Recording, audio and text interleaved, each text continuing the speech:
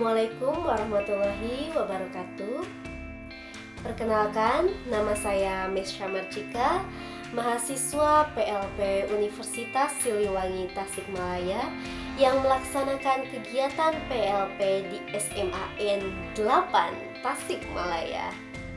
Baik, hari ini Ibu akan menyampaikan materi tentang teks eksplanasi. Ada dua hal yang akan Ibu sampaikan mengenai teks eksplanasi ini.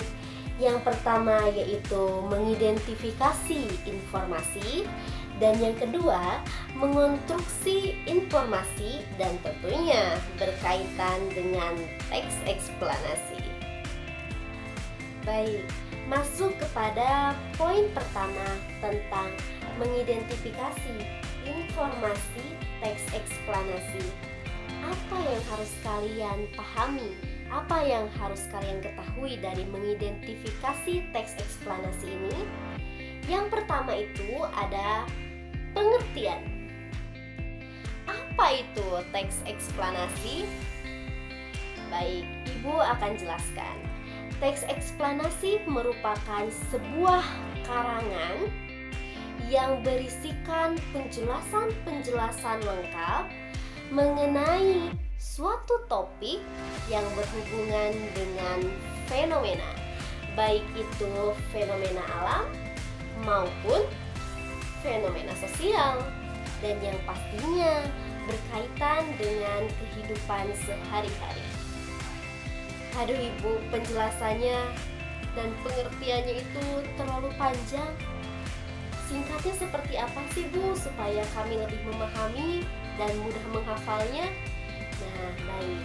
Kita garis bawahi kata karangan, lalu penjelasan lengkap, dan fenomena alam sosial. Bagaimana Ibu? Nah, kita rangkai dari ketiga poin itu, yaitu teks eksplanasi adalah sebuah karangan yang memiliki penjelasan lengkap berupa fenomena alam dan fenomena sosial. Nah, mudah kan? Lanjut, setelah kalian memahami tentang pengertian, dilanjutkan kepada contoh dari fenomena alam dan fenomena sosial. Yang seperti apa sih Bu fenomena alam itu? Dan yang seperti apa sih Bu fenomena sosial? Fenomena alam, contohnya seperti fenomena gempa bumi, longsor, lalu ada apa lagi? Kebakaran hutan, lalu ada angin topan. Apalagi masih banyak lagi ya. Yang intinya fenomena alam itu berkaitan dengan peristiwa-peristiwa yang terjadi di alam. Lalu yang seperti apa Bu fenomena sosial? Setelah contoh-contoh fenomena alam, lanjut kepada contoh-contoh fenomena sosial. Contohnya seperti apa sih Bu fenomena sosial? Ibu beri contoh yang berkaitan dengan lingkungan sekitar kita ya, yaitu lingkungan sekolah. Contohnya, seorang siswa menjadi juara pertama dalam lomba baca puisi tingkat provinsi tahun 2019. Contohnya itu ya. Lalu Bu, selain yang berdekatan dengan lingkungan kita, yaitu lingkungan sekolah, ada lingkungan lain tidak yang bisa berkaitan dengan fenomena sosial? Ibu berikan contoh seperti dalam dunia politik. Nah, baru-baru ini kan kita digegerkan tentang fenomena unjuk rasa para mahasiswa berdemonstrasi di depan gedung Dewan Perwakilan Rakyat. Nah, itu masih diperbincangkan kan sampai sekarang ini. Itu bisa dijadikan sebagai judul ataupun masalah dalam fenomena sosial ya. Itu dia.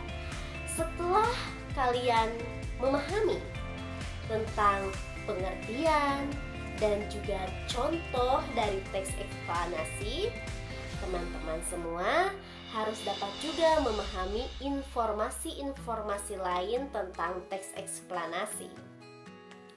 Salah satunya, teks eksplanasi biasa juga disebut dengan, ayo kita garis bawahi, yaitu proses terjadinya fenomena. Nah, biasanya teks eksplanasi juga dikatakan seperti itu. Bu, mengapa kita harus mempelajari teks eksplanasi? Memang apa sih Bu fungsinya? Nah, fungsi dari teks eksplanasi yaitu pembaca dapat memperoleh pemahaman tentang latar belakang dari suatu fenomena secara jelas dan logis. Ya, ingat, Ibu garis bawahi kata latar belakang dan juga logis jelas. Nah, tadi dikatakan bahwa fungsi dari teks eksplanasi itu memberikan pemahaman pada pembaca mengenai latar belakang. Latar belakang di sini seperti apa, Bu? Jadi, bagaimana, mengapa, sebab akibatnya terjadi fenomena tersebut. Pembaca dapat mengetahuinya dari teks eksplanasi.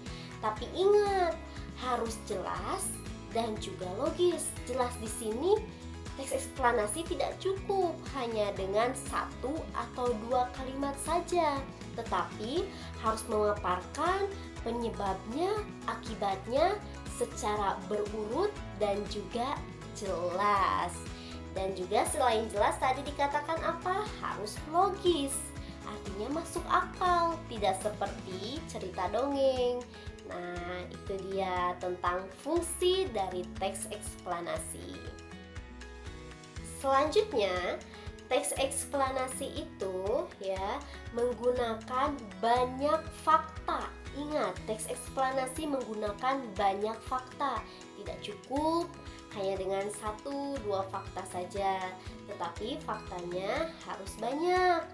Lalu mengandung pernyataan-pernyataan yang berhubungan dengan sebab akibat, ya, yang biasa kita sebut dengan kausalitas. Jadi, sebab akibat di dalam bahasa Indonesia biasanya disebut dengan kausalitas. Untuk itu, pernyataan-pernyataannya itu harus mengandung sebab, akibat, mengapa hal itu bisa terjadi, bagaimana hal itu bisa terjadi, dan apa akibatnya bagi para objek-objek yang berada dalam teks eksplanasi tersebut. Ya. Ingat tadi mengandung banyak fakta dan juga pernyataan-pernyataan yang memiliki hubungan sebab akibat atau biasa disebut dengan kausalitas. Nah, yang baru saja Ibu jelaskan tadi itu adalah beberapa ciri umum dari teks eksplanasi.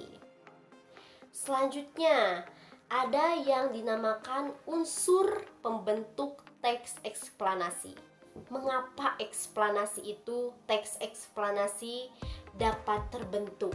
Ternyata ada 2 unsur yang membentuknya, yaitu ada pendahuluan dan juga perincian. Nah, untuk pendahuluan yaitu berisikan tentang pengenalan objek yang akan dijelaskan. Pengenalan objek yang akan dijelaskan, seperti gambaran umum yang akan dijelaskan tentang teks eksplanasi itu. Misalnya, untuk objek itu dijelaskan tentang keberadaannya, pengertiannya, ya, pengertian tentang objek tersebut. Itu di dalam pendahuluan, seperti penggambaran umum apa yang akan disampaikan. Nah, itu untuk pendahuluan. Lalu yang kedua, unsur pembentuk teks eksplanasi yaitu perincian. Nah, sedangkan perincian yaitu urutan peristiwa. Ingat, di dalam teks eksplanasinya itu berupa urutan peristiwa. baik penyebabnya maupun akibatnya, baik itu penyebab dari fenomena ataupun akibat dari fenomena tersebut. Isinya itu ya, ingat, di perincian merupakan urutan peristiwa. Itu ya, mengenai unsur pembentuk teks eksplanasi.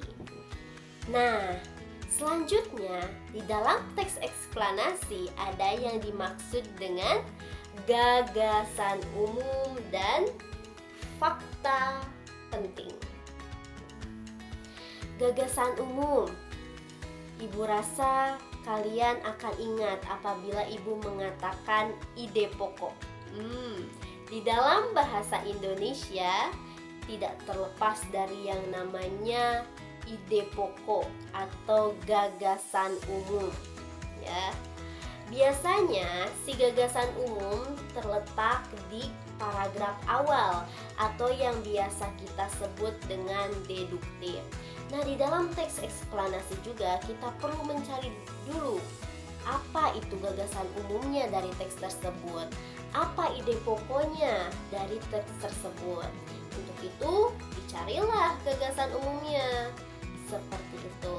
Dan biasanya untuk gagasan umum di dalam teks eksplanasi itu terletak di awal paragraf yang biasa kita sebut dengan deduktif. Tapi tidak menuntut kemungkinan bahwa gagasan umumnya terletak pada paragraf induktif maupun campuran. Jadi kalian harus konsentrasi dan fokus ya untuk mencari gagasan umum. Selanjutnya ada fakta penting. Ibu rasa untuk bagian ini tidak perlu dijelaskan secara panjang lebar ya, karena di awal ibu telah mengatakan bahwa teks eksplanasi itu mengandung banyak fakta. Nah, dari sekian banyak fakta itu, teman-teman tinggal pilih manakah fakta yang paling penting. Lanjut, untuk bagian terakhir, yaitu mengonstruksi informasi teks eksplanasi. Terdapat 3 bagian dalam teks eksplanasi. Yang pertama yaitu ada pernyataan umum. Yang kedua ada deretan penjelasan. Dan yang ketiga ada interpretasi. Yang seperti apakah Ibu pernyataan umum? Yaitu berisikan tentang gambaran umum tentang topik, fenomena yang akan dijelaskan.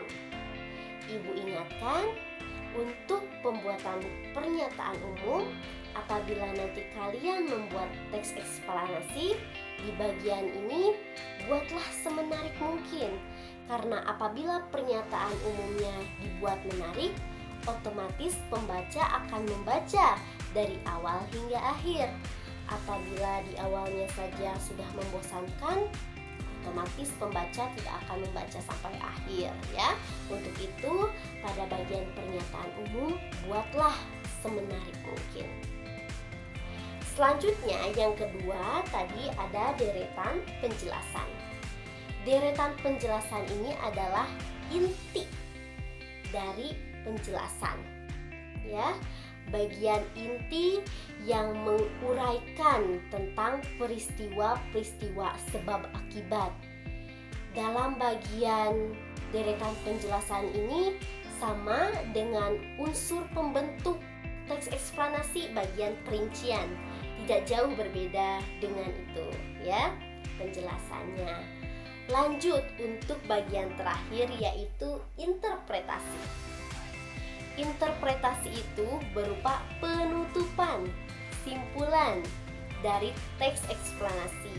Biasanya terletak di bagian akhir. Itu dia bagian-bagian dari teks eksplanasi. Nanti apabila teman-teman membuat teks eksplanasi harus ada ketiga bagian itu ya. Itu dia materi teks eksplanasi untuk hari ini. Apabila ada yang tidak dipahami dari apa yang baru saja Ibu sampaikan, teman-teman dapat menanyakan di WA group ya. Mohon maaf apabila terdapat ucap maupun tingkah laku ibu yang kurang berkenan saat menyampaikan materi. Mudah-mudahan kita semua selalu sehat dan berada di lindungan Allah Subhanahu wa taala. Amin ya rabbal alamin. Wabillahi taufiq wal hidayah. Wassalamualaikum warahmatullahi wabarakatuh.